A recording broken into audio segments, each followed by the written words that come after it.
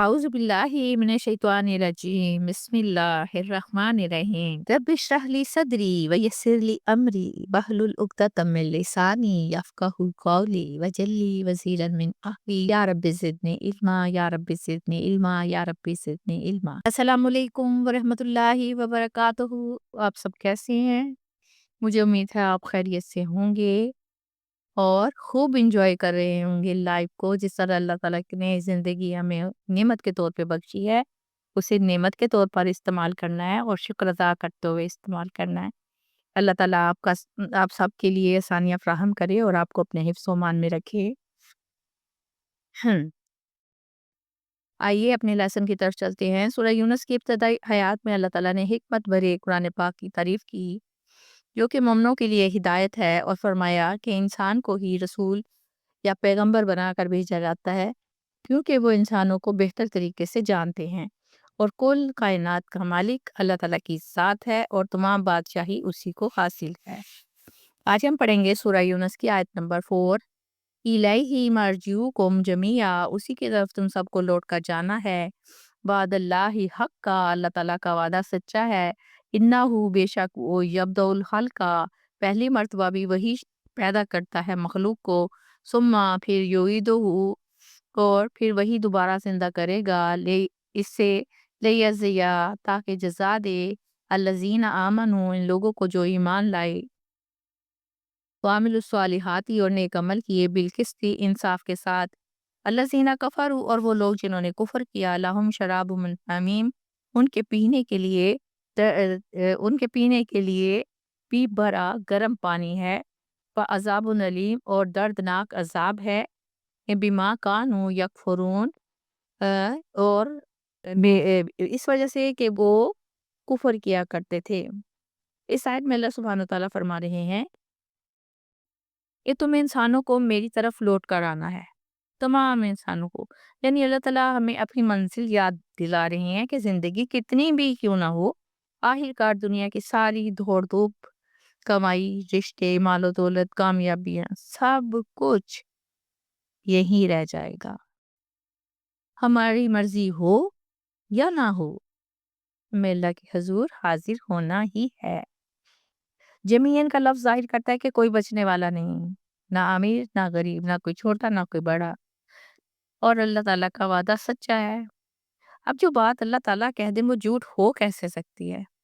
اللہ تعالیٰ فرماتے ہیں کہ تمہیں پہلی دفعہ بھی اللہ ہی نے پیدا کیا تھا، نطفے سے ولادت تک کا سفر کاٹ کر اس نے تمہیں دنیا میں بھیجا، اور دوبارہ بھی زندہ کرے گا، کیونکہ پہلے کی نسبت دوبارہ کوئی کام کرنا ہو تو آپ کو پتہ ہے بہت زیادہ آسان ہوتا ہے۔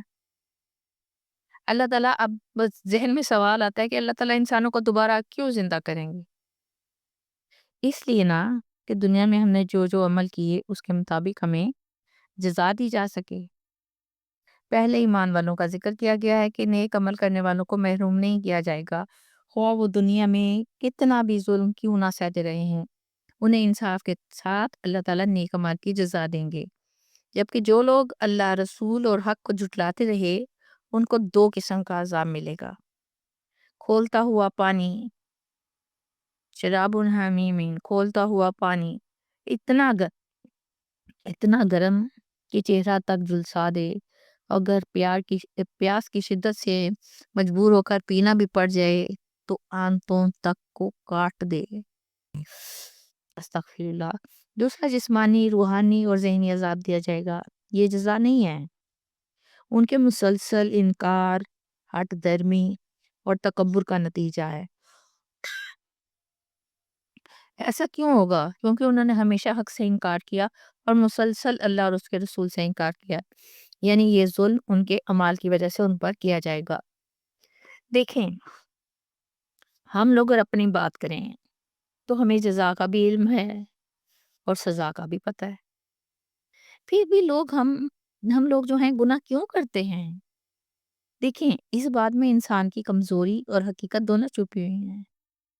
ہم انسان کمزور ہیں، خواہشات کا پتلا ہے، دل میں جذبات، خواہشات، لالچ، غصہ، پیار، محبت، شہوت، حسد، یہ سب اندر سے کھینچتے ہیں ہمیں، اور بعض اوقات ایسا ہوتا ہے کہ ہم ایک لمحے کی خواہش کے آگے ہار جاتے ہیں، دوسرے شیطان ہمیں مسلسل بہکاتا ہے، وہ گناہ کو مزین کر کے ہمارے سامنے پیش کرتا ہے، تو ہمیں برائی میں کشش محسوس ہونے لگتی ہے۔ اللہ تعالیٰ قرآن پاک میں فرماتی ہیں کہ شیطان انسان کے دل میں وسوسے ڈالتا ہے۔ ہم جانتے ہیں کہ دنیا دھوکے کا سامان ہے، دنیا کے کام، روزگار، پریشانیاں، گھٹن جیسا ماحول، سب کچھ مل کر ہمیں آخرت کی یاد سے دور کر دیتے ہیں۔ دیکھیں، جب آخرت کی فکر کم ہو جائے نا، تو انسان زیادہ آسانی سے گناہ کی دلدل میں پھنس جاتا ہے۔ دیکھیں، پھر ایمان کا لیول بھی ہمیشہ ایک جیسا نہیں رہتا، کبھی مضبوط ہو جاتا ہے، کبھی کمزور ہو جاتا ہے۔ اب ان کمزور لمحوں میں ہی ہم گناہ کرتے ہیں۔ پھر ہم انسانوں کے اندر نفس امارہ ہے جو مسلسل برائی کی طرف راغب کرتا ہے، اور اگر اس کی تربیت نہ کی جائے نا، تو یہ انسان کو گناہ پر مجبور کرتا ہے۔ ہم یہاں دنیا میں ایک امتحان ہی تو دینے آئے ہیں۔ اپنے آپ کو گناہ سے بچا لیں گے تو خود بخود عمل صالحہ کی طرف آ جائیں گے۔ اصل کامیابی یہ نہیں ہے کہ کبھی گناہ نہ ہو، اصل کامیابی تو یہ ہے کہ گناہ کے بعد دل پگھل جائے، ندامت کا احساس ہو، اور انسان اللہ تعالیٰ کی طرف لوٹ جائے۔ سورہ یونس کی آیت نمبر 5 پڑھتے ہیں۔ هو الذی، اللہ وہی ہے، جعل الشمس ضیاءً، اس نے بنایا سورج کو تیز روشنی والا، والقمر نوراً، اور چاند کو نور والا، وقدرہ منازل، اور اس نے مقرر کی ہیں اس کی منزلیں، لتعلموا، تاکہ تم معلوم کرو، عدد السنین والحساب، سالوں کی گنتی اور حساب، ما خلق اللہ ذالک، نہیں پیدا کیا اللہ نے یہ سب، الا بالحق، مگر حق کے ساتھ، یفصل الآیات، وہ کھول کھول کر بیان کرتے ہیں اپنی آیات، لقوم یعلمون، ان لوگوں کے لیے جو کہ جانتے ہیں۔ اللہ سبحانہ وتعالیٰ اس آیت میں اپنی قدرت کے بارے میں فرما رہے ہیں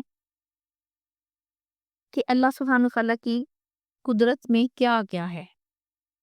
اللہ تعالیٰ وہی ہے جس نے سورج کو چمکنے والا بنایا۔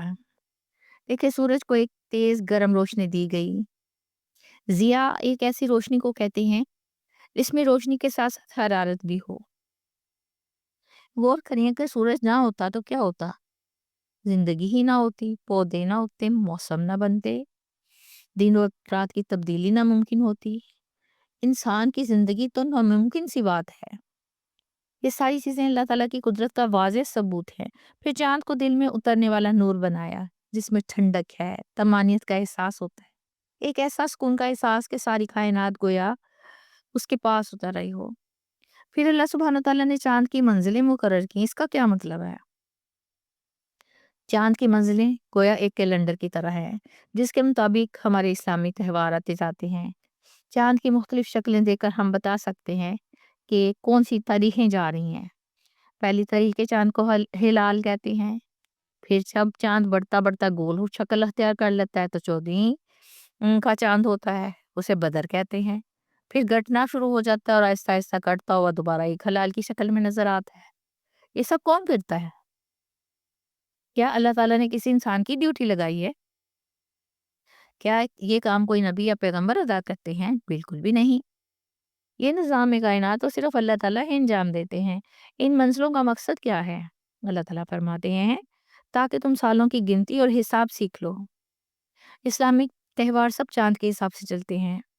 اگر چاند نہ ہوتا تو تاریخیں، مہینے، سال کے حساب بنانا مشکل ہو جاتا ہے۔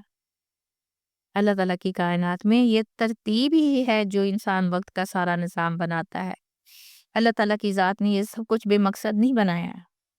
یہ سورج، چاند اور اس کے حرکات کا نظام، یہ سب کچھ اللہ تعالیٰ نے بغیر کسی مقصد کے نہیں بنایا۔ یہ سارا کچھ ایک حکمت کے ساتھ ہے۔ کائنات میں کچھ بھی غلطی سے نہیں ہے، سب کچھ ایک نظام اور منصوبہ بندی کے تحت ہے۔ پھر اللہ تعالیٰ فرماتے ہیں کہ اللہ تعالیٰ اپنی نشانی کو کھول کھول کر بیان کرتے ہیں۔ اب جو لوگ سوچتے ہیں، غور کرتے ہیں، فکر اور تدبر کرتے ہیں، وہ تو ان نشانیوں کو فوراً پہچان لیتے ہیں۔ سائنسدان بھی سورج اور چاند کی گردش کو دیکھ کر حیران رہ جاتے ہیں۔ اب سب چیزوں کے بنانے کا مقصد یہی تھا نا کہ ہم لوگ اللہ تعالیٰ کی نشانی پر غور کریں تاکہ اللہ تعالیٰ کو حقیقی معنوں میں جان سکیں۔ میری بات سمجھ میں آ گئی ہوگی۔ اسی کے ساتھ میں آپ سے اجازت چاہتی ہوں۔ ہنستے رہیے، بستے رہیے، خوش رہیے، آباد رہیے، اللہ کی امان میں رہیے۔ انشاءاللہ پھر ملیں گے، تب تک کے لیے اللہ حافظ۔